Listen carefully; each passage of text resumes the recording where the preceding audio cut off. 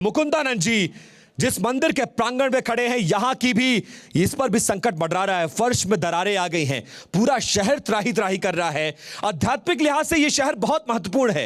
यहां के धर्मगुरु, यहां के ब्रह्मचारी, यहां के शंकराचार्य, यहां के मंदिर मठ पुजारी क्या सोचते हैं, क्योंकि इस वक्त पूरा देश आपको देख रहा है और संभवतः वो हुक्मरान भी देख रहे होंगे जो इस वक्त जोशी मठ को लेकर चिंतित हैं। देखिए, जैसा कि आपने भी अपने उद्बोधन में कहा कि ये मात्र 25,000 लोगों के रहने का निवास स्थान नहीं है। ये भारतवर्ष में निवास कर रहे और भारतवर्ष के इतर निवास कर रहे समस्त सनातन धर्मियों की आस्था का केंद्र पिछले 2500 वर्षों से है। भगवत्पाद आदि शंकराचार्य जी महाराज का जब अवतार हुआ तो उन्होंने कई तीर्थ स्थल है हमारे उत्तर भारत में भी, लेकिन उत्तर भारत का केंद्र ज्योतिर्मठ को ही बनाया। तो ज्योतिर्मठ केवल एकमात्र छोटा कस्बा नहीं है। यहाँ की संस्कृति, यहाँ की पौराणिकता प्राचीन काल से है, अनादिकाल से। यदि हम कहें तो ये भी कोई झूठ नहीं होगा, अनादिकाल से चलती चली आ रही है।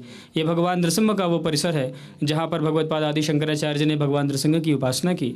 तो हम लोग तो आध्यात्मिक दृष्टिकोण से हमारे लिए ये महत्वपूर्ण, ये श्री विद्या का क्षेत्र। ज्योतिर्मठ के दो नाम है शास्त्र दृष्टि से, एक ज्योतिर्मठ, दूसरा श्रीमठ। तो ये भगवान नृसिंह की भूमि है, ये भगवती दुर्गा की भूमि है।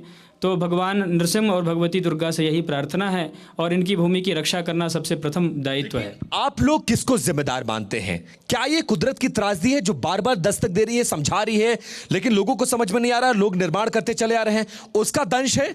या फिर वो सरकारी विकास कार्य जो बार बार वैज्ञानिकों के, रिसर्चर्स के, जो यहाँ के स्थानीय लोग उनके मना करने के बावजूद वो कर रहे हैं जो शायद कहीं और किया जा सकता था, लेकिन इस देवभूमि में किया जा रहा है जिसका दंश यहाँ के स्थानीय नागरिक झेल रहे हैं?